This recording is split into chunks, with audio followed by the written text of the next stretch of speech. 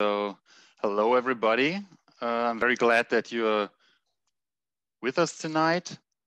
My name is Christian Hagemann. I'm from the Southeast Europe Association, and I'm actually not your host tonight, but rather also a participant, and very much looking forward to an interesting discussion on consulting for nonviolent protests and the role of young people in these protests. I think this is not only a very relevant, but also a very timely topic, as we've seen peaceful uprisings bringing about change in recent years in places like North Macedonia, or also still ongoing protests, for example, in Belarus, in Myanmar, Hong Kong, and many more places. And with us tonight to talk about peaceful protests is Srđa Popović, who has become an international guru of nonviolent action techniques after he was part of Serbia's Otpor movement. And I'm very happy that he's taking time for us tonight to give us insights into the topic and also answer our questions. And the discussion will be led and moderated by Nikola Stanković, who is our member and usually studies contemporary history, and who had the idea for this event and also organized it. So the credit for all of this belongs to Nikola. The discussion is part of our series of talks organized by our group of young members. If you are interested in Southeast Europe, meaning any country between or from Slovakia to Eastern Turkey, and if you would like to join this group or only see further events, check out our website or even contact me directly by sending me an email to follow up on this discussion. So without much further ado, I now give the word to Nikola and wish us all an interesting hour of discussion. Thank you, Christian, for your short introduction. Now I would like to introduce Canvas. The Center of Applied Nonviolent Action and Strategies was founded in Belgrade in 2004, and it seeks to educate nonviolent activists around the world. Till today, Canvas worked with pro-democracy groups from more than 50 countries and cooperates with universities in the USA and the UK. It is no concurrence that Canvas is headquartered in Belgrade, since the city indeed has a contemporary history of nonviolent struggle. Around 20 years ago, protests of the movement Otpor led to the downfall of Slobodan Milosević. And one of the founders of Otpor and of Canvas, Srđa Popović, is our guest tonight. Welcome, Srđa. Good to see you all and good to be on this call. So our today's program starts with Srđa's lecture on his work and the substance of nonviolent struggle. And afterwards, I will ask just a few questions concerning the special role of the youth in nonviolent movements. How many questions I have to ask by myself depends on your activity. Already during Srđa's presentation, you have the possibility to write down your questions with the Q&A option, and this option is available during the whole event. Or following my few questions, you can lift your hand and then we will enable you to speak. I hope you will participate actively in our talk, and please keep in mind to ask short and concise questions, if possible in English language. Around 9 a.m. we will close our event, and now, Srđa, the stage is yours. Okay, so first of all, Christian and Nikola, thank you for invitation. Looking forward to talking more with you. I'll try to give you a short presentation, putting a little bit more light on my background, and then I'll spend most of the time looking at the toolbox on how you actually build a successful movement. It can be a youth movement, it can be a movement of retired people. The principles are the same. As Nikola said, I would strongly encourage you to focus on what I'm talking on. And if you have questions during the presentation, please put it then in Q&A. My experience teaches me that the people come to the idea and then, after 20 minutes, they forget it. I would really like to address the things that you are interested in. So I'll start by outlining the basics and introduction to social activism. And when you have a short presentation, it's always good to make a little bit of the context. And this is why I'm going to start by story of me. So this is me when I was your age. I was playing a bass guitar in a rock band. I was thinking about the things like, going fishing, dating, going on events. And I actually thought that activism is a thing which, can mobilize only the old ladies who care for the dog rights or something very, very exotic. However, late 80s and early 90s, when I was on a freshman year of my study, a really bad guy came to power in Serbia, Slobodan Milosević, also known as the Butcher of Balkans. And he got that brand with a reason. And immediately our lives start falling upside down. From big country called Yugoslavia, we shrank through the 5 civil wars into the 6 small countries. From decent middle class living, we got into the 2nd largest world hyperinflation, straight after Weimar Germany in 1993. From being careless about our future, we found ourselves studying with a clear idea that we never get a job. And if we were in the conscription age, good chances are we'll be sent to front to kill people only because they are Croats or Bosnian Muslims. So within this schizophrenia, you have only 2 choices. You can fight or you can flee. And I guess I was the stubborn one, so I decided to fight. And that comes with the whole of my generation. So from playing into activism, there is a little bridge which comes from the most favorite book of my childhood. And some of you have read it, some of you have seen the movie, maybe Lord of the Rings. And this is a fantasy story of a very unusual fellowship that came with a basic task to defeat evil in the world. Central to this story are the small creatures called hobbits. They are neither strong and tall, they neither carry weapons or they have magic, but somehow they are the heart of this journey. And one thing that connects hobbits with us, and one thing that connects this book with my life pace, is social movements are far the best vehicle for common people to change things. As opposed to elite-driven changes through social movements, it is the common people that change things, common people like you and me. And most of all, the hobbits never do it because they are pre-designed to do it or they have very good education to do it. They do it because there is nobody else to do the job. And this is exactly the reason why students were on the cutting edge of the movement in Serbia, why students sparked the large demonstrations in 1992, why students were leading 100 days of protests 1996-97, and why Otpor, the Serbian word for resistance, was predominantly student movement until it grew into the provinces. Needless to say, connections are many with the time ahead of us. If you take a look at the most positive and most hopeful movements of our time and take a look at places like Fridays for Future, you will also see very young people, high school people even, leading these movements. Now, straight to that, we started this thing in 1992. So Serbs are slow learners. We learn by doing rather than reading books. So it took us 10 years to really figure out what to do. But when we figured out, we started with a small group of 11 people. We had a very clear strategy of uniting opposition. We had the idea that in order to win against Milosević, who regularly steals votes or scares people to go voting for him, we need a new and fresh bulk of voters. And we looking into constituencies, we found that it's actually people between 18 and 25, which represent this constituency. So building a youth movement was not only because we were young, it was also because that constituency played a major role in Milosevic's defeat in 2000. Another important thing that we learned about the students in our own struggle, and also students worldwide engaged in the social movements, is that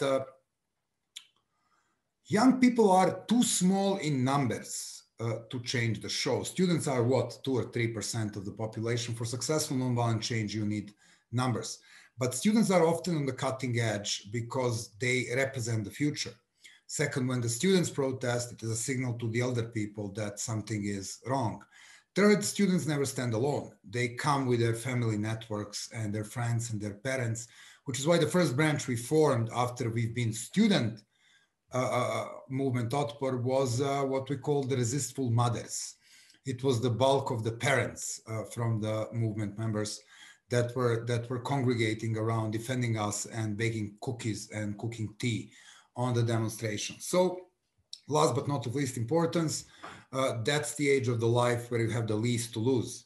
You have a lot of time to invest into activism. You have a lot of hope to invest in activism. You have a feeling of duty because it's your future. You are the one who is going to live for the next 60 years. And also you have nothing to lose except for your crazy head, which is one of the reasons why we were so brave. So you don't have family, you don't have a job. It's very difficult to blackmail you. And it all comes with this student thing. And I think this is one of the reasons why most of the groups that are addressing Canvas are coming from this youth background. And yes, once you do it in 20s, and this is the picture from October the 5th, the day when 500,000 Serbs congregated in front of the assembly after the election fraud and persuaded Milosević to step down in 2000. One of the things that happened afterwards was that, people were looking at this, they were watching movies. There's a very good documentary called Bringing Down the Dictator about the Serbian revolution. They read books, they read articles, said, okay, you've done it so successfully, we want to do it at home. And this is when we formed Canvas as the kind of response to the people's need to learn more. And since 2004, we worked with 50 different groups from all around the globe, ranging from very small human rights, LGBT, women rights movement, to nationwide movements in places like Georgia and Ukraine and Belarus and Burma and Maldives and Egypt. So regardless of the scale, what we figured out throughout this almost 20 years in this very strange industry is that there are certain rules. And every movement may be different, every environment may be different, but there are things that connect successful movements. This is the little toolbox that I'm going to try to present today. This is a little presentation about the Movement for Dummies. So basically what you do, you start by looking at the battlefield. You want to make a social change. You want to make a cleaner street. You want to make a cleaner technology. You want to get rid of a dictator. You want to solve the world crisis in racism or in climate change. Whatever the scale is, first thing you need to know your battlefield. Who are the constituencies that you want to mobilize? Why would they join your movement? And what's in it for them? The first thing you figure out when you are getting into activism is that regardless of your passion, majority of the people will join only the things that matter to them personally. And this is where you need to find a connection between the bigger goal, like democracy, and their little small selfish interests, like better education, better school for kids, better opportunity to find a job, tackling the corruption. So you need to connect the big goal with the small tangible things people can touch or feel in order to mobilize these constituencies. Then you want to put them on the map. One of the first things Canvas does on the workshops and we do on our university courses is making a map of where the certain social groups stand or certain constituencies stand. And what you will find very easy is whatever topic you put in the center, you find relatively easy to figure out who are the most vocal advocates for change, who are the most vocal advocates for status quo. The devil lies in the details. You need to figure out why majority of the population is in the middle of this pizza, because this is where the really numbers are. So finding the way to inform uninformed people, finding the way to give people hope that they can do it, finding the way to pull from personal contacts of leading activists into the more passive supporters, making them more active, finding the way to trigger emotions to make people from indifference into attitude, basically moving all of this pizza thing from the one side of your screen to the other side of your screen. This is where the power of the social mobilization lies. Second, you will never get anywhere if you don't know where you're going. So formulating a clear vision or the mission statement for your movement or the campaign is the first thing you should do. Too often you find people who are anti-something. You can find an anti-Trump demonstrations, anti-racist demonstrations, anti-capitalist demonstrations, and you find all of this type of anti-thing. The real thing is, if you want to stick to the journey and you want people keep on, you need to offer them alternative. There must be a light at the end of this tunnel. And the clearer you formulate this light and more it applies to a different part of the social spectrum, the better the chances that you will get on board. So speaking about the climate change, we can talk about the science and the percents of CO2 in the air and the rise of the sea levels and the poor polar bears suffering from global warming. People can't touch this. If you, like me, live in a place where you have a lot of farms, and I live in Colorado now, you need to connection between the wider goal, which is climate emergency, making different regulations, getting carbon neutrality, which are all very important but very abstract things, into the way that people are losing farms in Colorado. They are losing it because of drought. This is the third year of drought. There is no rain, the plains are getting dry. In order to maintain the farm, you need an irrigation system. People cannot afford irrigation systems, so the big chains are coming and buying the small farms. People are losing their way of life. They need to leave the cities they live. They need to stop living like their grandfathers and fathers were living. And this is where they feel climate change. So how do you connect something which is a bigger goal to something that is important to the people? That's the point of formulation, the vision, because only the vision that speaks to people and people can touch will bring you unity. Then second principle of successful nonviolent struggle, right after the vision of unity, is you need to plan.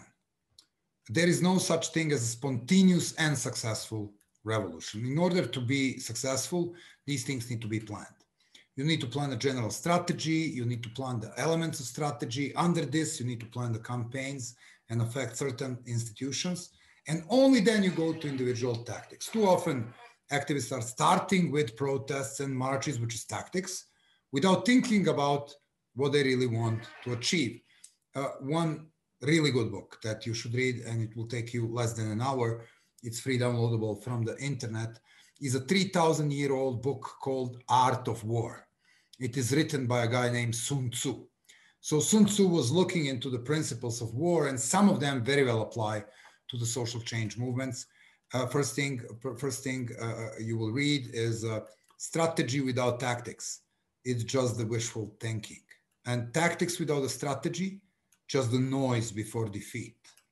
So you need to marry understanding that you need to plan. If you want to change ABC, you need to see how the change is going to appear, and you need to break down in a smaller tasks. And my way of presenting this to people is a simple quote: think big, but start small. It is the small, tangible victories that are keeping your movement alive. Step 4, you need to find the institutions that you want to change, and you need to target specific institutions. Targeting is what you need in successful nonviolent change. Take a look at the gun control movement in the US, which is really, really interesting. It was failing for years because every time you get a mass shooting, you have protests. These protests go to the legislators and politicians. Politicians care more about money they're getting from selling weapons than about the votes. Then it dies. 2 years ago, after the big shooting in Parkland, Florida, the students that were leading this show, and actually teenagers, the high school kids, came out with a very different strategy. Instead of taking a look at the politicians, they take a look at the businesses. Obviously, in US, at the age of 17, you don't have voting power, but you have buying power. So threatening to boycott large chains, especially chains like Walmart or Dick's Sporting Goods, if they don't implement the background check on selling of the weapons, if they don't ban selling the assault weapons, actually worked. Because the businesses had incentive to ally with young people because they are 30% of their consumers. So they targeted well. And now we are in a space where most of these chains do implement these policies, even if the states are not implementing these policies, but the chains implement the policies. So you get to your goal by avoiding the institution you know won't react because it hasn't throughout the years, and targeting the institution that will react. Rule number 5, numbers matter. There is a large scientific research done by Erika Chenoweth and Maria Stefan looking into direct correlation between violence and nonviolence, but also the participation. If you are capable to mobilize between 5 and 8% of the population or constituency, you have more than half of the chances to succeed. That sounds a little, but it's 300,000 people in a place like Serbia. So when you take a look at this thing, you really want to take a look at, where are your numbers, but also how to recruit and maintain these numbers. That brings us to another phenomenon of popular uprising, which is communication, which is mobilization versus organization. So mobilization is a thing which looks like a war. It comes in waves. So you have the waves of mobilization around the racial injustice last year. We had the wave of mobilization around environment. We have the wave of protest in Burma. So mobilization is coming and then it peaks, and if it doesn't become successful, people deflate. And then it takes a lot of time to take this wave coming up. What you need to do is use the waves of mobilization to recruit people and involve them into the organization and build a durable vehicle for social change. Yes, mobilizations are important, but planning and capitalizing on the peak of mobilization is the marriage that brings you victory. So you need to recruit your people, you need to invest into training of your people, and you need to offer people something little to do. The most effective things in popular movement are what we call the low-risk tactics. So these are the small things people can do, like putting a sticker, putting a t-shirt, putting a badge, changing a profile photo on a social media. Why? Because if you lower the investment and risk bar, the more people will come in. If you expect people to occupy a square for 3 weeks, not too many people can do it, even if they wish. If you offer people to wear a badge or wear a certain color once a week, you will reach far more people. Now, from this larger network of people, you can recruit people for your organization. So structuring your strategy and tactics around the waves of mobilization is a top-bottom way of doing it. Looking into every small mobilization wave as opportunity to recruit people is what you need to do on the daily basis if you want growth. Rule number 3, after unity and vision, and after you understand you need planning, you need to take a look at the issue of violence. Too often violence happens on this type of things. And where this is a violence coming from the angry people, where this is a violence coming from security forces, one thing about violence is this is the most powerful contaminant to your struggle. So you need to teach and preach and train nonviolent discipline. This is not only a matter of morality. Nonviolence is obviously far morally higher than the violence. It's a matter of effectiveness. Nonviolent struggles in last century tend to be effective in 56% of the cases, though violent struggle show only 23% of success. One single act of violence will justify the repression from your opponent, will destroy the brand of your movement, but most importantly, less people will participate. And there is a direct connection between participation and success. So one of the things that successful movements do, they understand this, and they train people to invest into nonviolent discipline. They train people to hug police instead of throwing things at the police.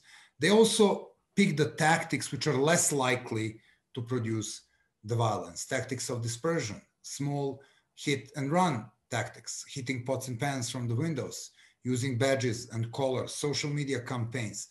When you take a look at the large tactics of concentration, interventions, occupation of the building, marching towards police, this is where the violence can occur. The longer you're capable to control your troops not to be violent, the more likely you are to be on the good side of the curve when it comes to possibility of success. 7, coming from a corporate world, it's very useful if your movement becomes a brand. And Otpor was a big brand in Serbia. It was actually the most popular brand on the opposition side of the globe. And it was a kind of a war of the brands between Milosević and the Otpor. How you build your movement as a brand?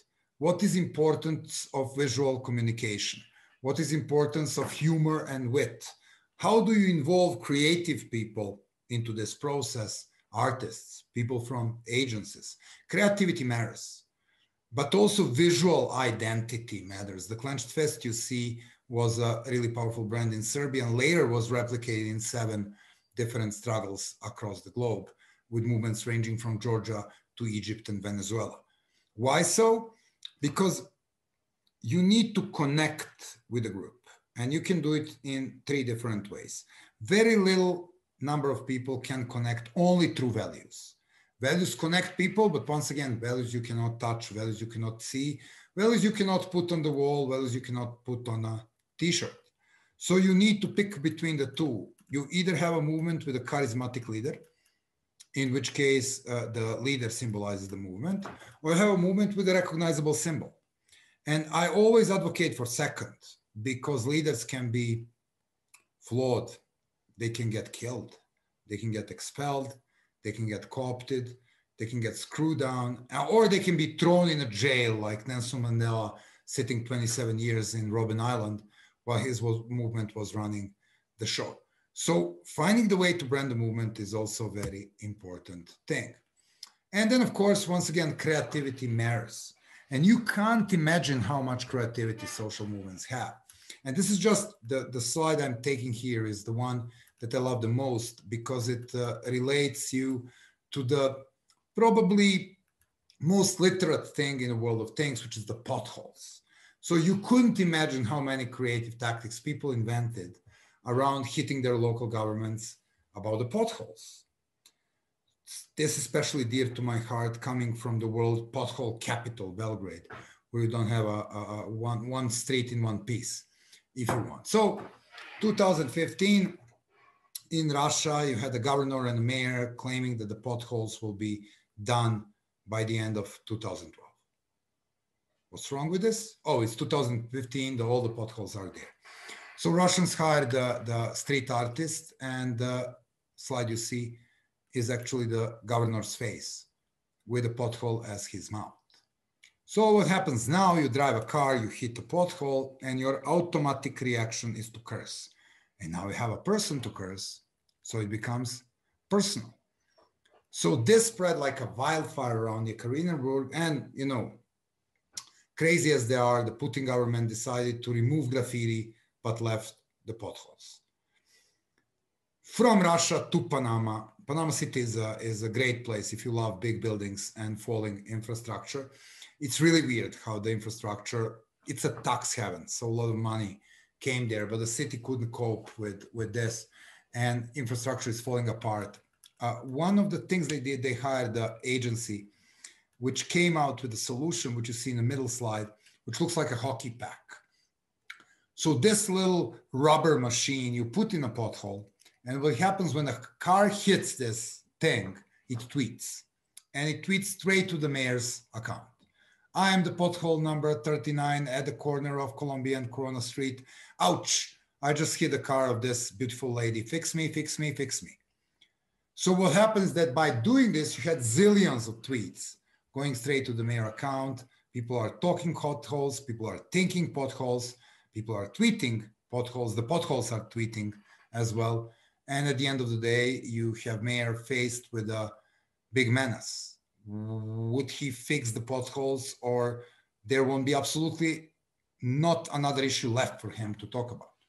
And then from high tech to low tech, from Panama to Zimbabwe. This is a friend of mine running a small group in Bulawayo, the second largest Zimbabwean city, where infrastructure is falling apart and the potholes are serious size. In fact, you can plant a tree into the pothole.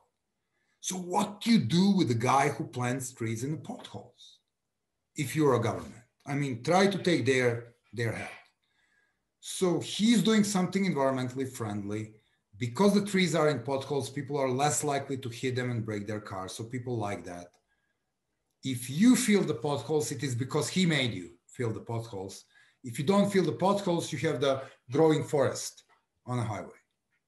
So this element of dilemma, coupled with a little bit of creativity, is what makes this action so unique. And once again, I was talking only about something very, very small, like the potholes. But search for creativity, it's everywhere. And then, of course, humor. Humor is a very important weapon. And very often people say, it's like, what humor has to do with bringing down dictators? It has everything to do.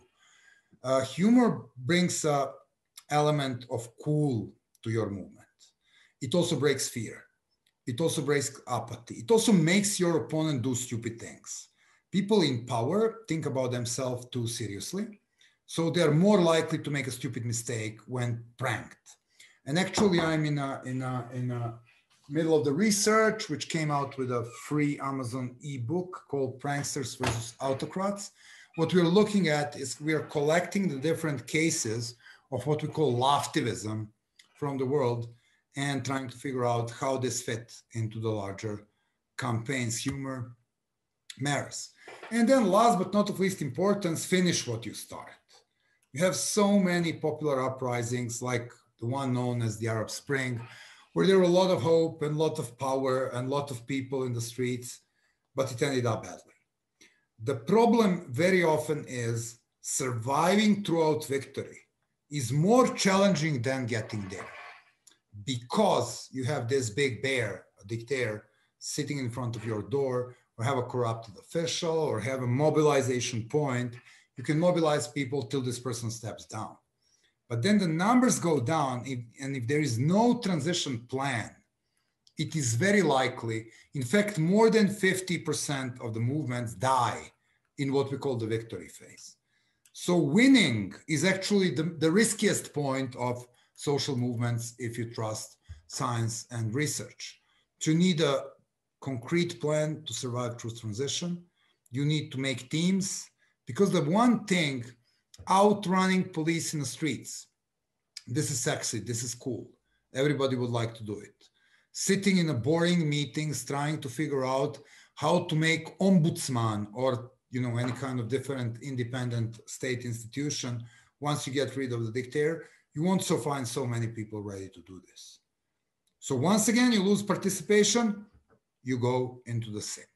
So finding the way to maintain participation after the victory point is probably the single most unreported challenge of social movements, but you need to finish what you start. Only the long-term constitutional change, institutional change is what brings real victory. So when you work as a movement consultant, you always start with identifying the core group of people who want change. Basically, they self-identify and they mail us and they ask for help. Then you take a look at the skill set they need. Some movements are like, if you follow the hashtag what's happening in Burma, what's happening in Myanmar on Twitter, you see how many creativity and day after day of amazing creativity on tactical level. But they need a kind of putting this into the strategic level. You see this creativity being met with a military response. You understand that they need a way to make this oppression backfire. You see a lot of things happening into the country. You need to mobilize diaspora, create parallel diplomacy, and make them create an international impact and pressure on Burmese generals to give power back to whoever was elected 2 months ago. So you look at the skill set that they really need, and you help the strategic and tactical planning process. Then, of course, you need to remind these people that, yes, it's nice to have mobilization, but you need to recruit people and put them into the organization. So organizational capacity building is one of the things where they very often need help. Sometimes you are the crying shoulder for these people when they get desperate, when they get burned out.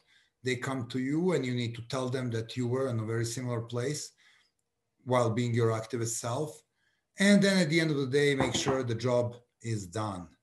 Only because you make a bad guy stepping down, only because you brought millions of people to the streets, that doesn't mean the battle is over. Battle is over when you can implement your vision through institutions. And that very often involves a long and boring post-production of your nonviolent victory. With that notion, I will open up to the questions and hope that all makes sense and wasn't too chaotic. Nikola. Yeah, thank you, Srđa, for your presentation. It was very interesting. we've received already some questions. We will deal with them in 1 minute, but before, I would like to ask you, you mentioned the positive aspects of the youth for non-violent movements, but young people are also sometimes problematic, you know, they throw beer bottles or stones at the police officers. How do you make sure on a larger scale level, so when your movement is already big in numbers of thousands of people, how do you make sure that violence doesn't arise? The thing is, nonviolent discipline is a skill. So what you need to figure out that the movements, like there is this prejudice, the movements decide they're nonviolent because it's a philosophy, or you know they're Buddhist, so it's a religion. Nonviolent discipline is a skill, and you treat it as a skill, you teach it as a skill, and you apply it as a skill. And for example, probably many of you know how to drive the car. So you can learn nonviolent discipline the same way you can learn to use the brake and the steering wheel and the gas pedal and park the car. So you start by understanding the importance of putting nonviolence as an identity. So you either teach people, either preach people, or when people come on a first meeting, you make sure this movement is nonviolent. Some people will buy into it because of religion. Some people will buy into it because of morality. Many will buy if you tell them that this makes your chances twice bigger. Doesn't matter why people buy into it, you need to sell them that. So that's the first step. You need to sell non-violence. Then, second thing, when you are planning your strategy, you need to find tactics and activities which are less likely to produce violence. So the more you go on a dispersion, the more you go on a low risk tactics, the more you go on the individual and small group resistance. And there are plenty of tactics for this as well. As opposed to less you go to the blocking the traffic, occupying the building, or what we call the tactics of concentration. Tactics of concentration are most likely to produce conflict, because this is where your troops are meeting their troops, where these are the two troops of supporters, or this is the Burmese people and the Burmese military. In case you need to do this, you train people to stay nonviolent, either by simple things like you have a transparent. The reasons why transparents are there, that nobody can run in front of the transparent. And that with single transparent, you can stop 10,000 people physically. And if you ever hold a megaphone in front of the 10,000 people, which I did, you understand the value of this. Also the front rows, when you remember my Otpor thing, the front rows. So this is typical Otpor photo from demonstration. So you see the transparent, and then who is carrying the transparent? Women. Why women? Girls, well, student girls. And aside of them, you will see priests and retired people and the people in wheelchairs. It's not only showing the diversity of the movement, it is because these people are less likely to attack the police. And then if you have a crazy heads somewhere back there, they will need to attack their woman first in order to attack the police. And then if you have a violence from police, they need to attack the woman first. So these things are skills. This is not random. The movement strategy was to avoid violence at any cost and to put the highest possible price tag on police violence as well. So these things are conscious decisions of the movement organizers. Most importantly, you need to figure out that only because you have numbers and you stand for nonviolence, that doesn't necessarily mean the all groups will do it. So you have all of this tray of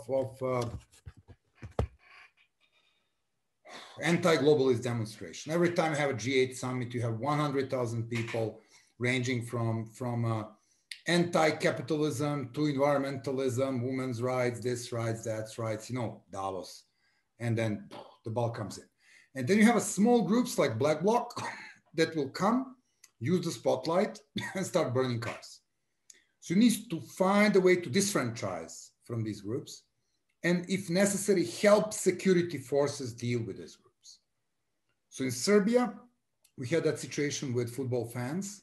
The football fans in Serbia hated Milosević by their guts, but their idea of protesting was coming at protests and start fight with the police.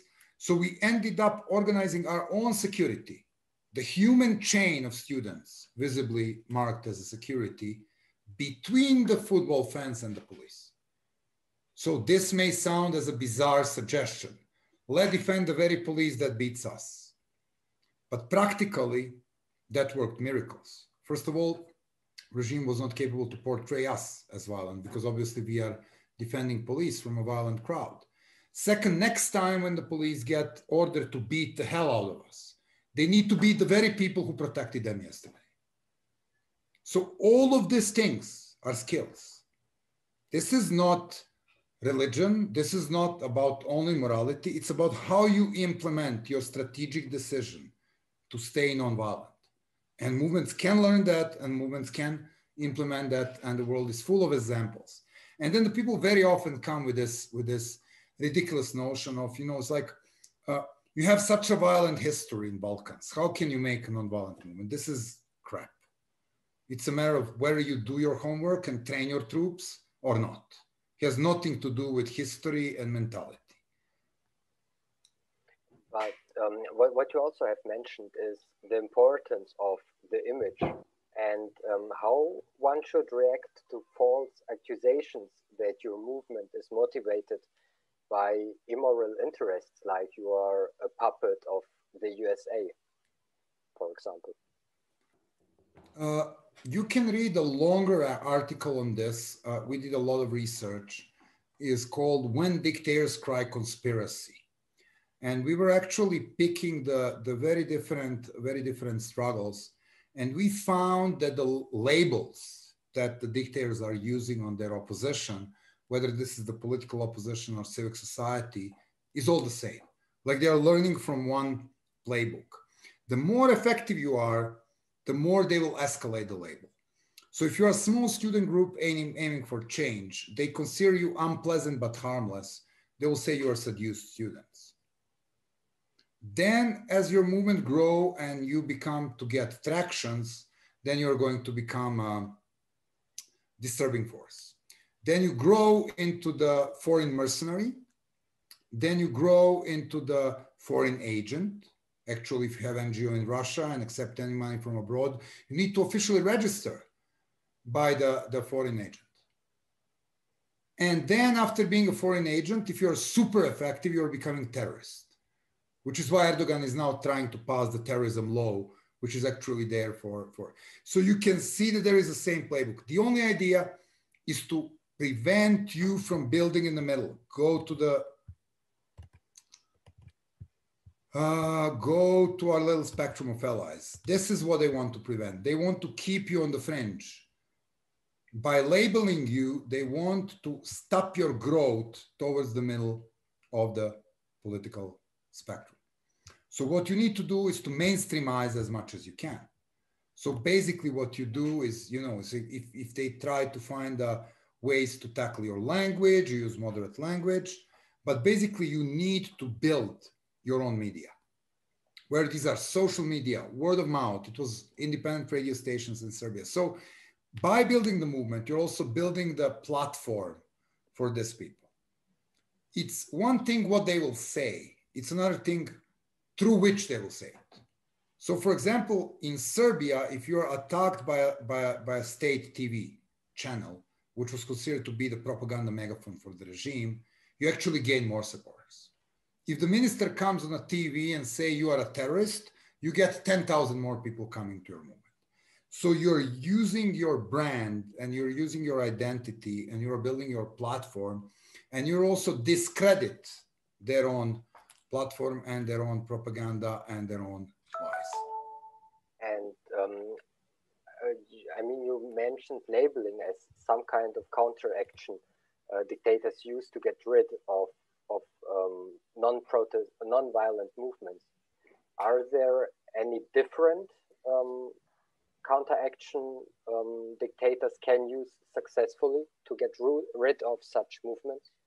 You can read Will Dobson's Dictator Learning Curve. Dictators learn how to kill movements even before they arrive. They learn how to brand movements. They learn how to suck them dry of funds.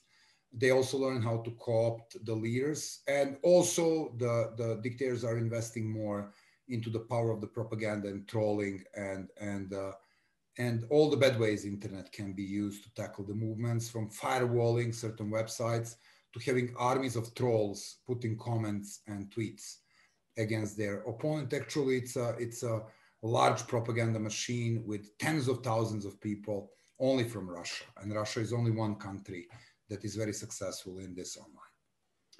Once such a movement fails, and the people really don't believe in change anymore, how do you remobilize these people, or is it even possible? It is always possible. It is always the same formula. It's also very discutable what means that the movement failed. So movements very often get their goal and disappear. That doesn't mean that they failed. Serbian movement was about achieving free and fair elections, peace with neighbors, road to EU. Then it disappeared. It became the mainstream politics, which changed after the 10 years. But it's like looking at this, what movement wanted to achieve, where it was at the moment of its peak, and what came first 5 years. This is how you evaluate the success of the movement. And then you always are looking at this thing as a marathon. Social change is very rarely a sprint. To change things long term, it requires tries and fails. So very often people look at the lost battle and say we lost the war. Battles that are lost are not defeats, only if you don't learn anything from them. So 1992, we learned we need more than students. 96, 97, we learned that if we win elections through united opposition, Milosević will steal elections and we'll have the large possible mobilization. 1999 and 2000, we capitalized on this knowledge by building the movement that is ready to predict the way of mobilization, turn this into the mass general strike, and defend the election results, gaining Milosević step down and legitimacy in the same time. So the thing is, you always start with a small group. It is very rarely that you're launching the movement in the society where everybody believes in change. You're starting the movement in a society where some believe in change and majority is disappointed or disfranchised or too busy surviving or apathetic or just don't give a damn about it. This is the normal environment for starting a social movement. It's not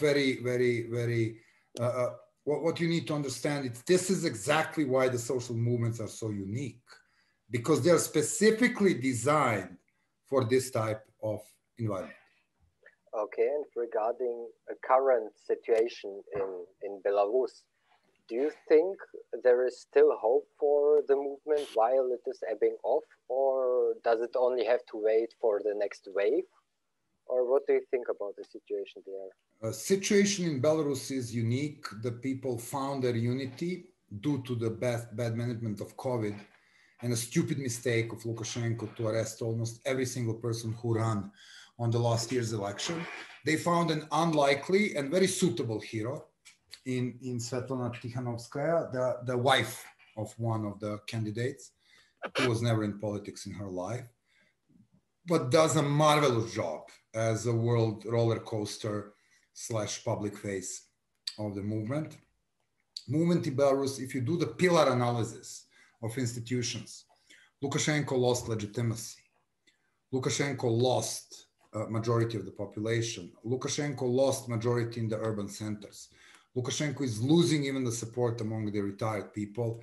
Lukashenko lost any support from the West. Actually, you have a West as a very active treasurer in the game. And the movement surprisingly didn't repeat mistake of Ukraine bringing the European flags to the protests. So movement actually didn't alienate Russia. Putin is not running to save Lukashenko, you know. He maybe envisions the situation in which he's going to be dealing with the new players. And it's also very tough love between the two dictators. So what is needed is just nicely persuading this guy to step down. And this is where the long-term strategy planning, focusing on free and fair elections as a strategic goal, organizing all of support about free and fair elections, bringing enemies to the platform as well. So people from the regime actually seeing free and fair elections as a result of this. Stop doing exhausting everyday protests, focusing on a smaller number of more massive and impactful events, but most importantly, finding a way to involve probably the crucial population at this point, which is the blue-collar workers, tractor factories. So this is where the strategy, if you want it, should be going. But Lukashenko is just buying time. He may be there in a few more years. There were dictators lingering in the situation. Some of them were able to buy the times, but the level of authority and the level of grip he exercised over this country for long 26 years is definitely over. So I think it's a movement has a fair chances to get to the free and fair elections in a relatively decent period, but it requires regrouping, reorganizing, re-strategizing disruption of pillars, and most importantly, getting all of the players, and there are many, within the country and abroad on a one boat. Let's get new elections, free and fair, observed by international monitors.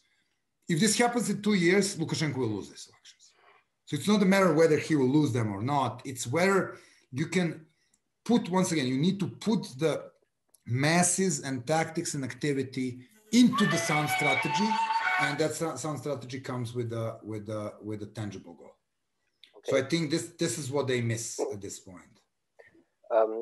I will mention two more questions and then we are done for tonight. It's concerning Serbia. After your success and the fall of Milosević and his regime, the Otpor movement converted into a political party.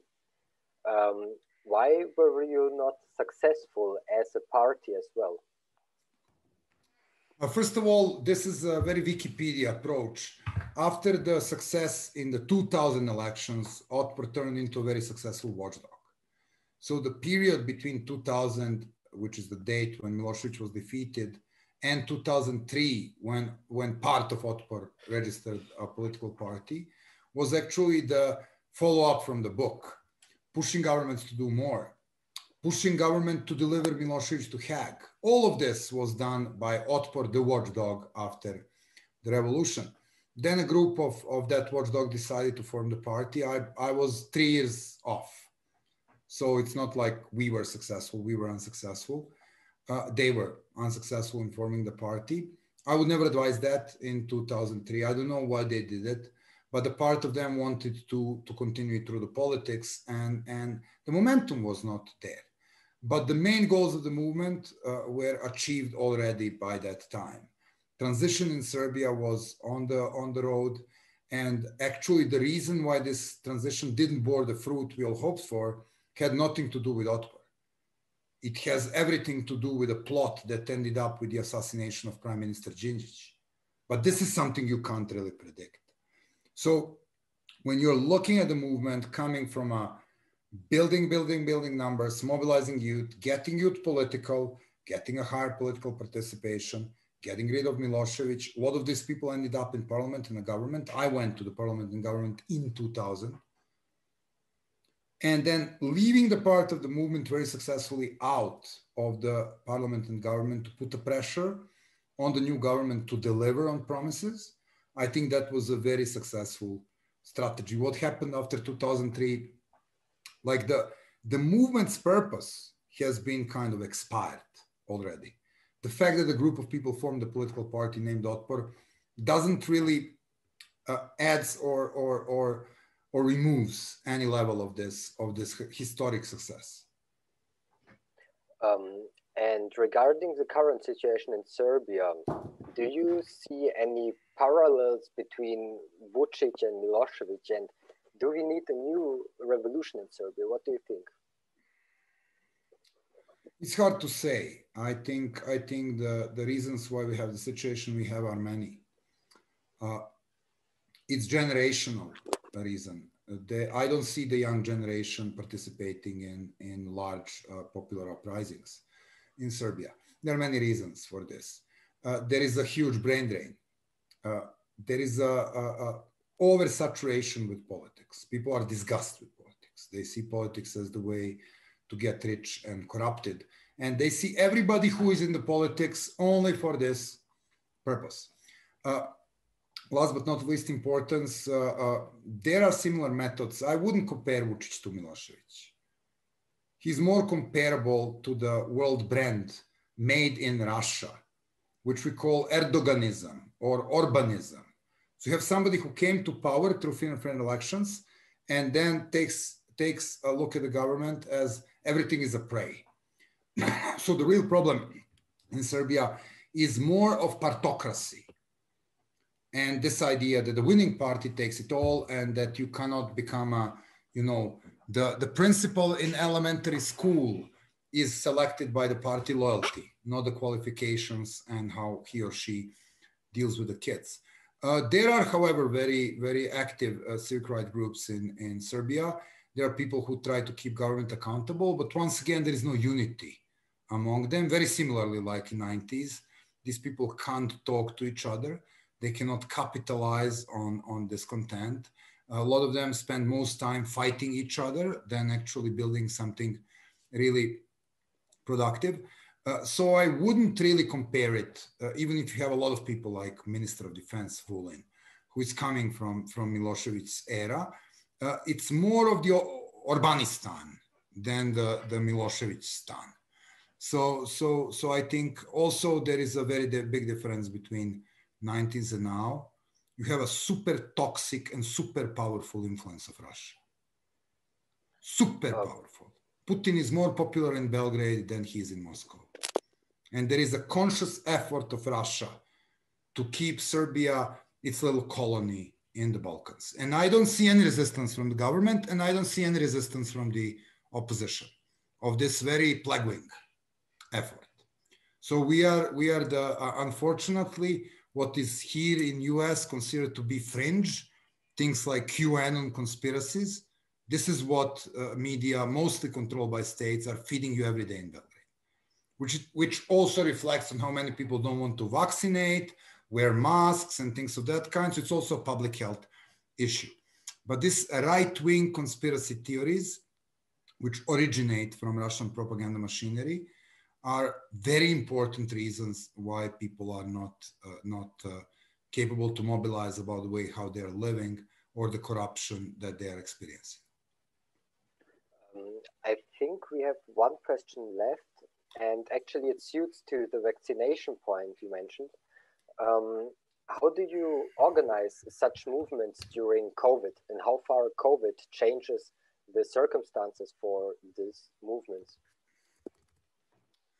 We did a lot of research on how pandemic actually benefited dictators. Of course, they love this states of emergency where they can rule by the martial law. And when you take the yesterday published report from Freedom House, you see that actually this is the largest year of decline of democracy in the last 15 years. And the COVID is a big tick reason for this. It served autocrats shrink civic freedoms. And then it also kind of put movements more in the underground position. And then it removes the importance of talking about the stuff. But as our research show, we did a big event last summer where we invited a lot of people from different countries. There is also hope. And what you look at is either tactical adaptations of the movements, doing things more online or more from their windows in the time when gatherings are banning or risky. Either more strategic shift from human rights groups doing more community work, which is actually building their reputation and numbers in many countries from Malaysia to Nicaragua. So you have this pro-democracy movements who decide to be delivering protective equipment and saving homeless in the time of COVID.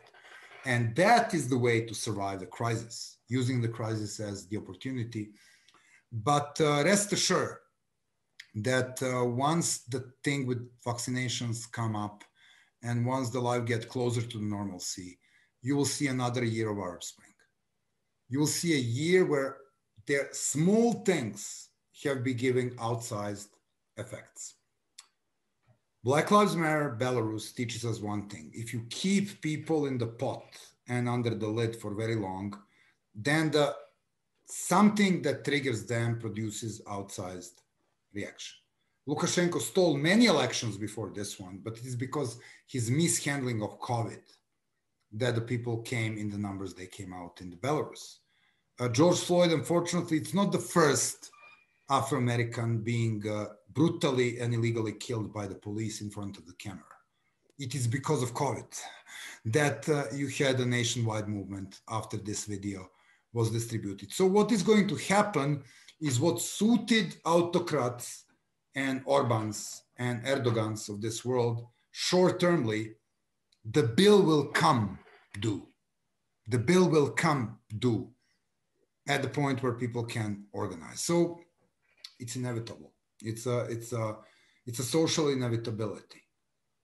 Where these protests will be well organized, where they will bear fruit, where they will come with a strategy, whether the mobilization, which is inevitable, will be followed by the organization. It's yet another topic. But there will be a large wave of mobilization and changes in governments across the globe. It is socially inevitable. You've been cooking people in high pressure for too long with the lid on. This is physical law. It has nothing to do with social science.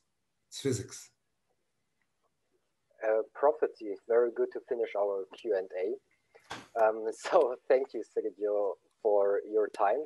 Do you have something you want to say at the end? Yeah, if you are into changing the world, don't dare to do it. Activism is something really funny.